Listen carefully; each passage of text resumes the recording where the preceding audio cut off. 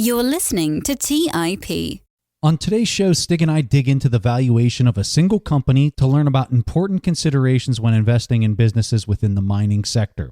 Our guest expert is Dan Ferris from Extreme Value, and he comes with over 2 decades of experience in financial valuation. So without further delay, here's our assessment of Altius Minerals with Dan Ferris. You are listening to The Investors Podcast, where we study the financial markets and read the books that influence self-made billionaires the most. We keep you informed and prepared for the unexpected.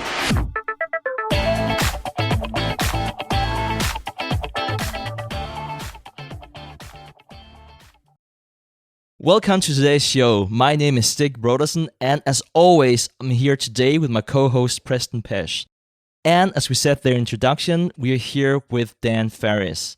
Thank you so much for taking the time out of your busy schedule to join us here today, Dan.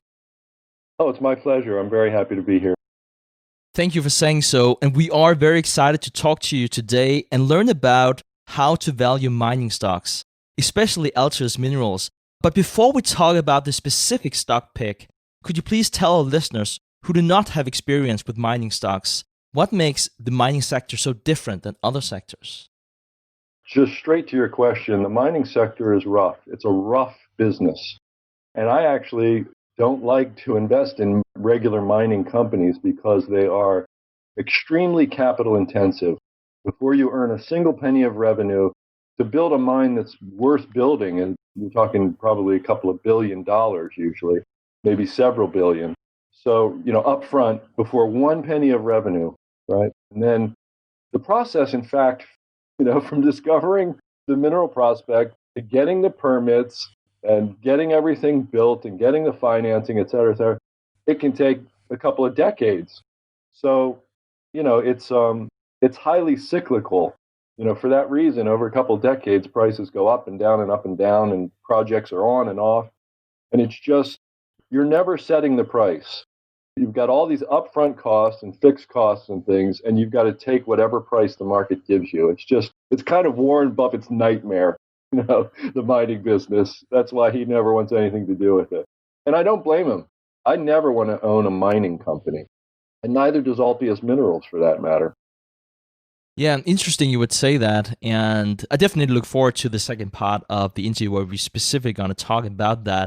But we haven't really been covering mining stocks too much here so far in the show, and one of them is what you just said. We are founded in Warren Buffett. That's our base, and he would probably run away screaming for most, if not all, mining stocks. Since we have you with us here today, Dan, we would like to dig a bit more into the mining sector as a whole, and then we're going to talk about royalties, more specifically about this stock and why it's related, but perhaps not a core part of the mining industry here. But, all sectors have specific vocabulary. For instance, here on the show, we've talked about the retail sectors multiple times. And if you look into the retail industry, you have your own vocabulary. You talk about same-sale store. There's so many different terms you would use for that industry.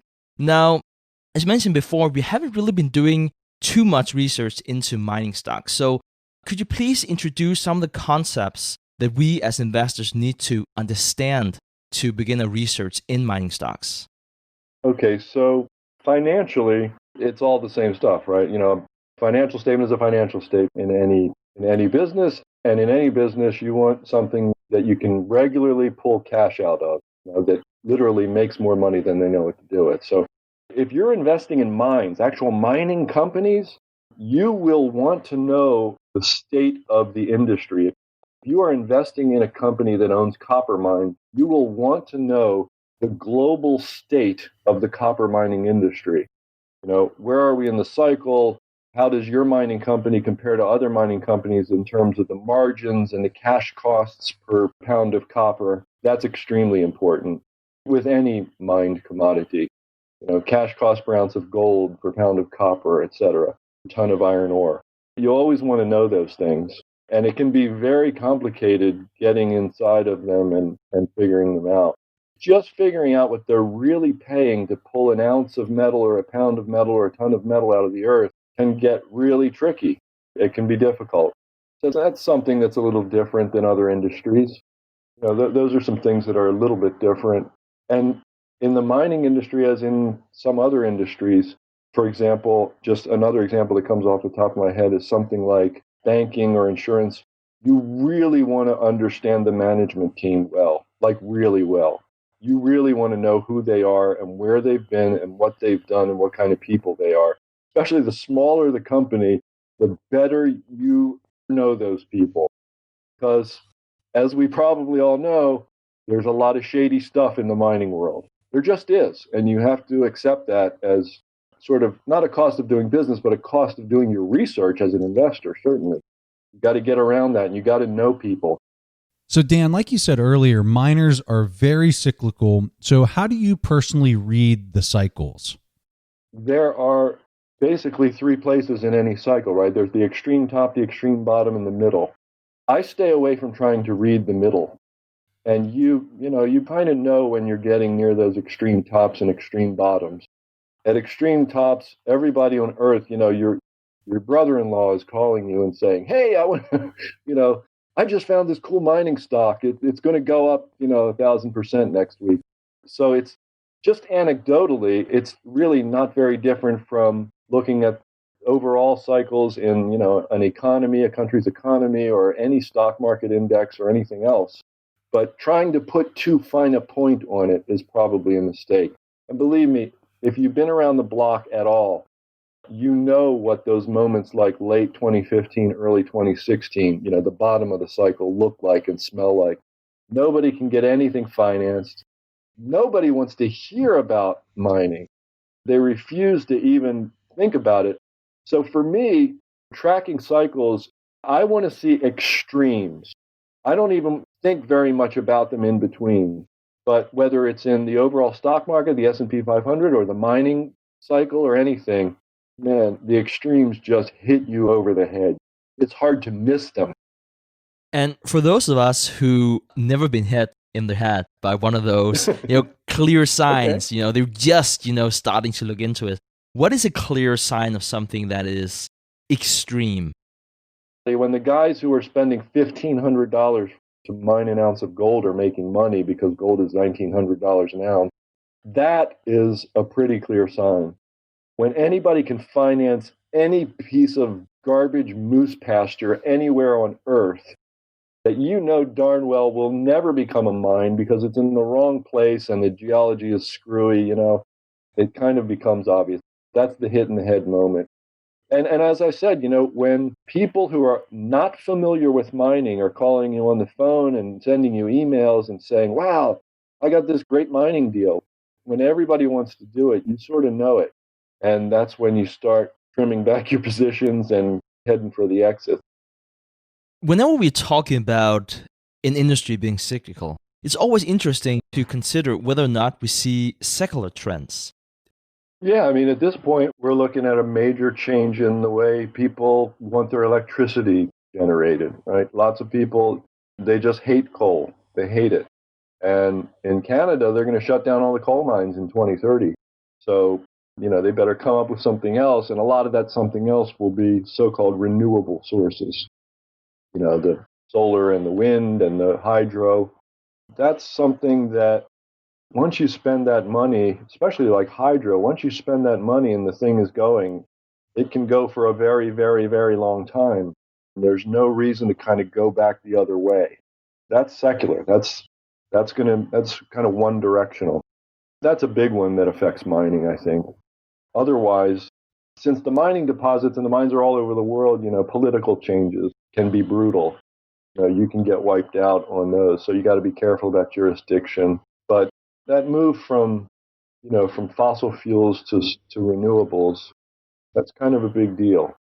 You can't ignore it. Even if you disagree with it, you cannot ignore it. So Dan, you first recommended the stock that we're talking about today, Altius Minerals, back in 2009. What did you see then and what has happened since? Well, it's transformed since 2009. When I bought this thing, I had known the management team because I had owned the stock, but I kind of lost track of it. And, the financial crisis ensued and the thing was, 30 and then it was like 5 or something. And so I started paying attention to it again. But at that time, what I was looking at was something that was trading at a discount to cash and liquid investments. That's all I was doing. It was like a net to me. And I had owned it. I thought the guys were honest and would run a good business and not run it into the ground. And I thought, okay, well, net, spring of 2009, things don't get much uglier than this. So here we go.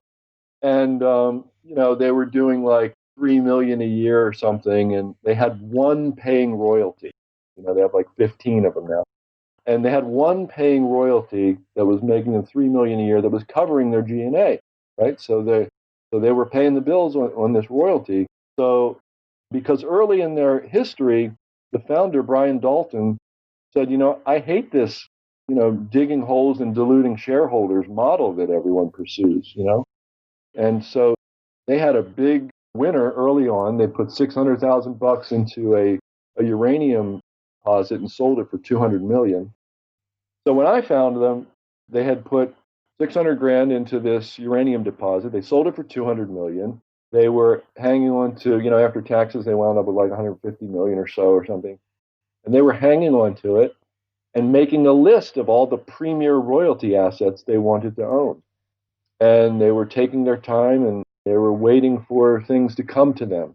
They wanted to be, you always want to be the liquidity provider, right? At the moment when liquidity is at a premium. But then they really built it into something. So, $3 million a year after a few acquisitions and a decade later is probably going to wind up close to $80 million a year in royalty revenue this year. I mentioned the insurance companies a moment ago. All the insurers want to say, we have discipline. We have underwriting discipline, right? And it's the same with all the prospect generators in the mining industry. They want to say, we have discipline. But of course, they don't all have discipline. But these guys really do. They waited and waited and waited. They sat on that money. They got it in like 2008. They sat on it until 2014. And then they found a deal to do because, of course, by 2014, the cycle was way down and there were debt crises in the mining industry and people were having to cough up assets to raise cash, et cetera, et cetera. You probably remember companies like Cleveland Cliffs and the company they bought from, Sherritt. Sherritt was a company that was having trouble and they needed to disgorge some assets and they had a really cool mining royalty portfolio that contained some wonderful potash royalties. It also had some coal royalties, so they kind of had to take the two together, to get the whole deal. And they partnered up with Liberty Mutual, an insurance company that had a history of investing in mining, and they bought this thing. I think the total purchase price was like $262 million on Altius side. In 2018, Liberty Mutual got tired of the mining industry, and Altius wound up buying the other piece of it. So they own all of these coal and potash royalties. And, that's just one deal. But they've made a bunch of them over the years. And they waited. They started in 2014. They put some money to work through 2018 or so. And just that one deal, the potash royalties are a thing of beauty. So with mining, like the average gold mine that you'll find today, they'll tell you that the life of the mine will be, maybe like if you're really lucky, like 12, 15 years, maybe more if you got a really good one. But these potash mines in Canada, the royalties on these mines, this is something like a fifth of the world's potash production that Altius has a royalty on. Okay, and so the mine lives are like 800, 900, well in excess of 1,000 years. So this is like something you pass on to your great-great-grandchildren or something, which is highly unusual. A mine is a depleting asset, right? So it becomes less valuable over time. But these potash mines, they'll get capital investment and they will increase the production as they've done since Altius bought these royalties. So over time, the royalty revenue, it's perfectly rational to expect it to grow, which is a little weird when you've got a depleting asset, but it's just so large, and over time they can expand to meet increased demand for, potash fertilizer as the global population increases. And it's just a really cool asset. And that's the one they were targeting. And they got it. They own 100% of it today. And that alone, I think that the consensus net asset value on that these days is like maybe 220 some million, and they've pulled about 36 million in after-tax cash out of it. And their cost is like 138 million. So, and this is like just the first few years of literally centuries to come, and this is one asset.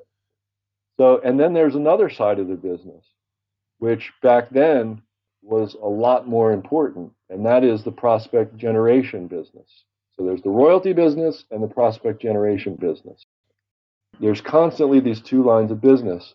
And the first thing you notice is that they're at opposite ends of the mining value chain, right? So at the very beginning is prospect generation. You take a little bit of money and you take out an original mineral prospect, then you bring a partner in and have them spend their money and earn their way into a bigger share of it to drill it out and see what you got there. You're finding these prospects and then getting someone else to take the lion's share of the risk. And you just keep doing that. You keep doing it over and over and over again. And part of the secret to this business, which Altius head of exploration, Lawrence Winter, taught me years ago, he said, Dan, these prospect generators, we were at a mining conference. He said, you look around, everybody's saying they're a prospect generation firm, but they're not. They're not really doing the model right. Because if you're doing the model right, you find your prospect, you spend as little money as possible, then you get that partner in and do that deal, and you move on. But all these guys at this conference we were at, he says, look at this guy and this guy and this guy and this guy. They're talking about their flagship asset. There's no flagship asset. That's like a red flag, in the prospect generation business. Somebody says, we're a prospect generation. We have 3 assets, and this is the one we're putting all our money into. That's not the way the model is really supposed to work, right? So I got an education, and I just happened to be getting an education from the best people in the business. And if you ask around, other companies will tell you that they want to be like Altius Minerals. So over time, I've seen them do this. I've seen them just spend little bits of money and take, in one case, hundreds of millions of dollars out or tens of millions of dollars. And I've seen them invest equity in other, just sort of pick and choose 1 or 2 other equities. They put money into Virginia Mines that was run by Andre Gaumont, which was eventually bought out, and they a really nice royalty there that's owned by another company called Cisco. And they made tens of millions. I think they made about 30 million off of that. I guess my point here is there's a lot of really cool stuff going on both sides of the business. And right now, like starting in 2016, that prospect generation side, they've done like 57 deals. They've done 57 deals in which they took out a royalty and or got some equity too.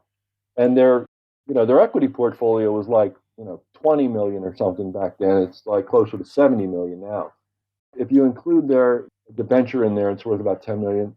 It's worth about 75 million if you include that now. So that business, it pays for itself, which is really cool.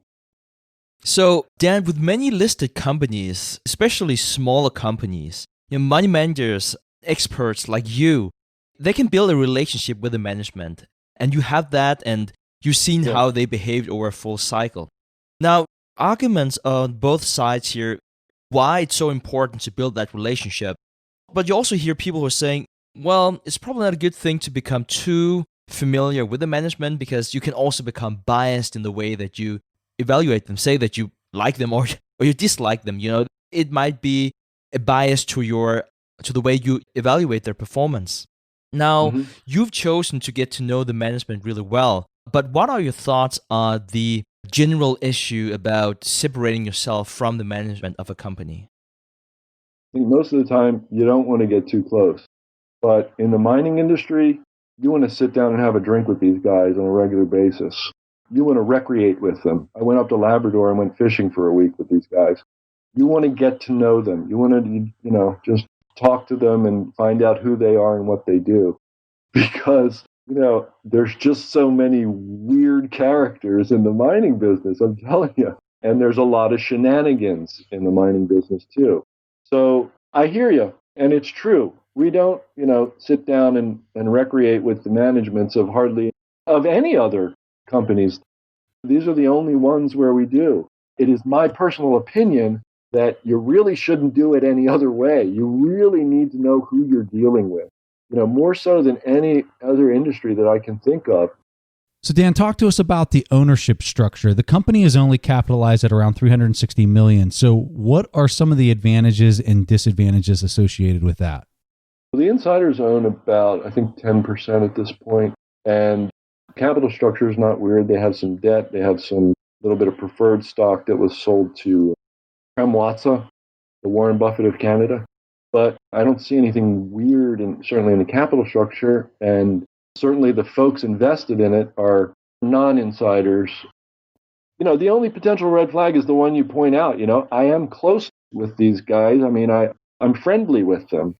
That could mean that I am biased to, maybe not wanting to sell the thing. But I don't know, you tell me that, you find a company that goes 13-fold on the revenue and waits, 6 years till the cycle bottoms out before they start putting money to work. I mean, you know how this works. Money burns holes in people's pockets. Cash burns holes in people's pockets, especially in these little companies where they feel like they have to impress someone. A couple of guys within Altius were like, "Hey, Brian, is it time yet? Is it time yet? Is it time yet?" And he was like, "Nope, wait." And he kept saying, "Don't wait, don't worry. She'll turn, meaning the market, the cycle, And it did. It's just like, it's a thing of beauty to see that kind of discipline and somebody who really is willing to kind of put their money where their mouth is. And it was rare. And I started getting much higher conviction about these guys in the downturn, right? When things are going swimmingly well, everybody looks good. And the business model is so capital efficient. It's not a mining company, right? They're at either end of the spectrum. They take something off the top of the mining revenue on the royalty side, and they are the first guys in the prospect generation side with little amounts of capital. So, and, the royalty side is a thing of beauty in itself, right? It's, you get this royalty. You're never on the hook for operating expenses. You're never on the hook for capital expenses. And if you get an expanding, volume where the mine volume can expand, like with the potash I was describing, woo-wee, wonderful, And that's what they look for. They look for those opportunities, the optionality of being able to expand the mine and grow the revenue. And it all comes without any incremental investment, right? That expansion, all the CapEx is out of the mining company, not out of Altius. So let's continue talking about those cycles, Dan. Many companies in the mining industry throughout the value chain, they really give investors a headache whenever they start looking at the financial statements. This is not your steady as the beating drum. So if we look specifically at Altius, if we look at the income statements from 2009 to 2011, it was profitable, then became unprofitable financial year of 2012 to 17, and then became profitable again last year in 2018. Now, for you who are very familiar with reading their financial statements, what is your advice to our listeners who are interested in the stock and want to dig into the financial statements of the company, but who are probably more familiar with financial statements where it is more steady as the beating drum from year to year? If you're going to invest in Altius and you're going to look at these financial statements, you have to get on the phone and ask questions. That's all there is to it. When you see these things where, they go from getting revenue from a partnership, which is how the potash and the coal royalty started out, to getting the revenue directly because now they own the whole thing, that's a big change in the financials. So you need to call them up and just, ask them what's going on. Why is this thing called other revenue? And then they explain, well, it's coming from a partnership. That's why it's other revenue. And then you just learn things like that over the years. And pretty soon, I won't say it ever starts to look normal, but, you start to be able to figure it out. And sure, I'm saying call the company. I'm not saying you're always taking the company's word for everything. You have to keep asking questions until you're satisfied. So Dan, this value that you see in Altius, how much do you attribute to where we're at in the cycle versus the stock itself? Well, I would say like almost zero. This is not a play on higher metals prices for me. Not at all. It's a play on long-term value creation by a highly competent management team over the full cycle. And I think, the revenue growth, the 13x revenue growth that we've seen, I think this is just the beginning. And I've said I thought this stock had multi-bagger potential for some time, and people kind of scratch their heads and say, "You're kidding me," But I'm not. Their goal is to become kind of the Franco-Nevada of the diversified mining space, right? They're the non-precious metal version. They want to be the non-precious metal version of that. And there isn't one, and there has never been one. So that's pretty cool, I think. And I think it's a good goal, because if you look at the market caps of all the diversified mining companies versus the market caps of all the gold mining companies, one is like 5 times bigger than the other. So there's a lot more to do in the diversified space than there is in the gold space. Everybody thinks gold royalties are the thing to have. Actually, there's no such thing as a cheap royalty of any kind, really. Royalties are valuable, and they always trade hands at solid prices. But people are a little extra crazy about gold royalties, Franco-Nevada routinely trades at north of 20 times royalties. Whereas, Altius, the Canadian market cap, you were talking about the U.S. market cap, 360, right? Canadian market cap's around 470, and the guidance is for 2019, which is almost over, is 77 to 81 million in royalty revenue, right? We're in the neighborhood of like 6 times. And let me ask you, would you rather have a gold situation that's maybe just call it a 15-year or 20-year, really shoot the works, 15 or 20-year mine life, or would you rather have those potash royalties I described? And you're getting paid in $1 of royalty revenue, so what do you care where it comes from? It's a little loony that people go so crazy for gold royalties, and they've let Altius Minerals get this cheap. It's a little weird. Now, based on your detailed research on the stock, right now the stock is trading at around 11 Canadian dollars. How do you assess the intrinsic value of Altius Minerals, and where do you see catalysts to realize this value? So I've got about 31 million in cash, and I'm calling the equity portfolio 75 million. They call it 65, but I'm including a $10 million debenture that they have, a debt instrument. I take the low end of the royalty range, which right now for this year is 77 million, and I kind of multiply it by 13. I think that's a reasonable market multiple. And then I've got some other assets here. They have a thing called the Carbon Development Partnership, and less the value of some royalties that came out of that. And I get a gross asset value somewhere in the neighborhood of $1 billion. And then total liabilities are 173 million on the very latest balance sheet. So I get this net asset value of around 990 million. We impaired the coal royalties because the Canadian government says that we're shutting down all the coal mines in 2030. And so we impaired them, and then Altius came out and impaired them a little more. Since their impairment is higher, we use theirs. It's about $1.75 a share. So, net of that impairment, all liabilities were around 900 million, and the fully diluted share count's around 42. It's slightly south of 43 million, and it gets us up around $21 a share, which sounds insane, but the insane part, if you think I'm insane, is my revenue royalty on the royalties. So you can impair that how you like. And I think you won't get very far south of 15 or 16 bucks. If you really want to stick it to them and say, well, the market doesn't like them right now, so I'm going to cut that multiple way down. And the thing is 11. And there's also, a bit of a funk right now amongst natural resources companies that are not precious metals firms. I think they're being lumped in with that. One thing people don't realize, it's your dream to find something that stays relatively cheap for quite an extended period of time. It's going to continue to throw off the cash that it makes, and I think they're going to continue to raise the dividend over time. And, your whatever it is right now, I think it's like 1% or 2% or something. But over time, I think you're going to eventually be making like a double-digit yield over your cost. And, certainly if you got in when I first told people to, at like $7 way back in 2009, and even now at 11, it's not much higher. And yet the value of the thing has and they've managed it brilliantly. I mean, they used to have 5 times the net debt to EBITDA. It was like 5 times. Now it's like south of 2, a little north of 1, not much farther north of 1. Put a huge range here. Say it's worth 16 to 20. Just do that, and you're at 11.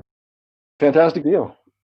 Dan, thank you so much for coming here on the show and talk to us about mining, talk about the good things, the bad things, and one of the specific picks here in royalties. Where can the audience learn more about you and Stansberry Investor Hour? Well, you can go to www.investorhour.com. That'll tell you everything you want to know about the Stansberry Investor Hour. And if you want to learn about the Extreme Value newsletter, you can go to stansberryresearch.com and poke around on the website and find out about it. Thank you very much. I really enjoyed being here. And I just want everybody to know, listening, I love We Study Billionaires. I think it's like, one of the very few financial podcasts on the planet. I really like it. I feel like I discovered something really cool when I found you guys. That's very kind of you. Thanks, Dan. We're totally flattered and really enjoyed having you on the show today. So thank you so much. All right, so for the next segment of the show, we'll play a question from the audience, and this question comes from Jake. Hi, Stig and Preston. Love your work. This is more of a business-related question, I guess. Do you both prefer and enjoy focusing on the TIP business or individual security investments? I know you've spoken in the past about Buffett being just as much of a businessman in owning and running Berkshire as an investor. Do you both feel similar? Again, thanks for everything. Keep up the good work. We all love you. Cheers. Wow, that's a really insightful question. I really, really like that. So first about Buffett. Yes, it is a common misperception that he is the best stock picker in the world. He is fantastic, but he's likely not the best. He is, however, one of the very best business people in the world. And I think this is best exemplified if you look closer at the Berkshire businesses. The value of Buffett's stock portfolio is smaller than the value of his operating businesses. And what Buffett has been so good at is to build, grow, and manage a collection of operating businesses. So just one famous example is whenever he bought up insurance companies and used the so-called float, meaning the premium we as consumers pay for our insurance. And Buffett used and still uses that float to invest in the stock market. Because you can accumulate a lot of wealth if you have billions of essentially free money to invest in compared to a slightly better stock picker that only invests what he makes from his day job. And then you ask about the TIP business compared to picking individual stocks. Now, we all heard these stories about investing in Amazon, Google, or whatever company many years ago, and the value of that investment has just been growing, say, 100-fold. However, most of that return that we make for the investor who has not been smart enough or lucky enough to invest in these amazing growth stories is really from investing in the right asset class. And by that I mean the price to value ratio and not so much on the individual investment. For instance, which specific stock to buy. So let me give you an example. If you make $50,000 per year and you're able to set aside $2,000 per year, the size of your portfolio will likely not depend on which stocks you invest in, but rather how much money you make and in turn how much you're able to set aside. And then it's depending on which asset class you decide to invest in, stocks, bonds, real estate, commodities, or whatever asset class that is priced most attractively. For instance, if the stock market is priced at a very low expected return, which it is right now, you'll just be fighting an uphill battle with a diversified portfolio. And you might be able to beat the market's, say, 3% expected return and make 4%, which in itself would be really impressive. Beating the market is really, really hard. But perhaps you should take a look around and see where you can put in your time and energy to find an asset class where you can expect to make a significantly higher return. Now, I know I make it sound a lot easier than it really is, but please allow me to provide an example. Through my holding company, I'm investing in a real estate deal where I make an 11% return annually. And the risk profile is different than investing in the stock market. And if I've done my homework right, the risk will actually be lower, but it definitely requires a little more work than just investing in the stock market index. Also, for many private deals, you cannot invest an indefinite amount into the investment, which you sort of can the stock market. And you also have to learn about a new asset class. So more than thinking like an investor, I had to think like a businessman in the process to set up what hopefully turns out to be a profitable deal. But as you point out, it's really two sides of the same coin. And this is the tricky part. Being both a businessman and an investor will likely not pay off in the short run. For instance, whenever I was a professor at the local college, I could choose to make short-term money by teaching an extra class per week. Or I could create assets like recording more podcast episodes or building a new course. But that won't pay me anything, or at least not in the short run. So whenever you educate yourself as an investor and as a businessman, you end up spending a ton of time on research and you make many mistakes. And if you can set aside, say, $2,000 per year, whether you return 3 or 4% the first year won't really have an impact. But being a good businessman will allow you to set more money aside each month, and you will be able to generate a significantly higher return because you will have the skill set to move around in the respective asset classes and even navigate better in the same asset class like equities, where you'll be able to pick much better stocks. So Jake, I really like this question, and I don't think it's anything that I've really talked about too much on this show, but I've talked to friends, family, acquaintances about this idea before. And the thing that I tell these people when we have conversations is I almost feel like a lot of people in business, particularly people that were entrepreneurs that stood up a company that was successful, and I would call something successful if the company's capitalized at $10 million or somewhere in that ballpark, I would call that success. But what you find a lot of the times is these private companies that kind of hover around between the $10 to $50 million mark, these founders are really good at the operational business. Whatever that product or service is, they've mastered it. They've done really well for themselves, but they kind of hit like a ceiling and they can't get past that growth point.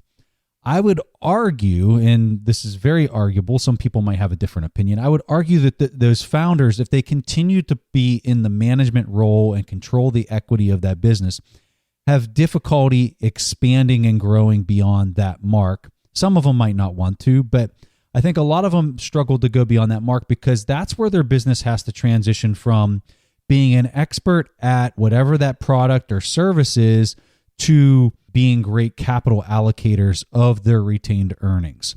So that business is producing earnings every year. Now they've got to figure out a way to go beyond that product or service that they've mastered and that they understand really well. And they have to start allocating that non-operationally. Now the returns when that person makes that transition to a non-operational form of allocating their retained earnings is often very difficult because the returns that they're getting on that capital is lower than the returns that they had seen by investing locally in their business or in that product or service. And the main reason why is because when you're creating the assets inside your business, it's definitely more risky, but there's also a whole lot more upside to that because you're setting everything up. There's no middleman. There's no person that's cutting away at that profit margin. When you're allocating resources in stocks, bonds, whatever security you're talking about, you often get into a point where you're just buying the assets that somebody else produced. You're also competing against all the other people out there that are trying to own that equity that's in the public sector. And sometimes even in the private sector, it can get very competitive for the value of certain businesses, depending on how strategically aligned it is with your business. So I know that's a really long answer to your question, but I think it's important for people to understand that a lot of the stuff that we talk about on our show, which is investing in companies that are public securities, are lower return type investments than if a person would be able to invest operationally in themselves and create a product or service that serves the marketplace in a competitive way.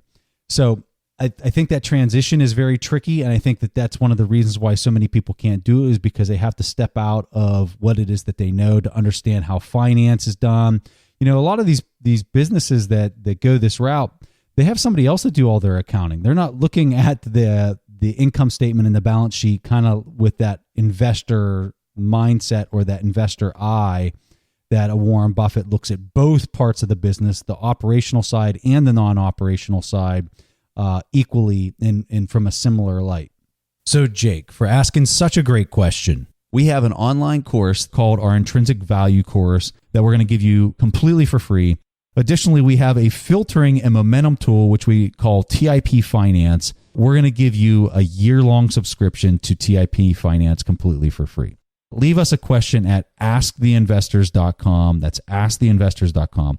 If you're interested in these tools, simply go to our website, theinvestorspodcast.com, and you can see right there in our top level navigation, there's links to TIP Finance and also the TIP Academy, where you'd find the Intrinsic Value course. All right, guys, that was all that Preston and I had for this week's episode of the Investors Podcast. We see each other again next week. Thank you for listening to TIP. To access our show notes, courses, or forums, go to theinvestorspodcast.com. This show is for entertainment purposes only. Before making any decisions, consult a professional. This show is copyrighted by the Investors Podcast Network. Written permissions must be granted before syndication or rebroadcasting.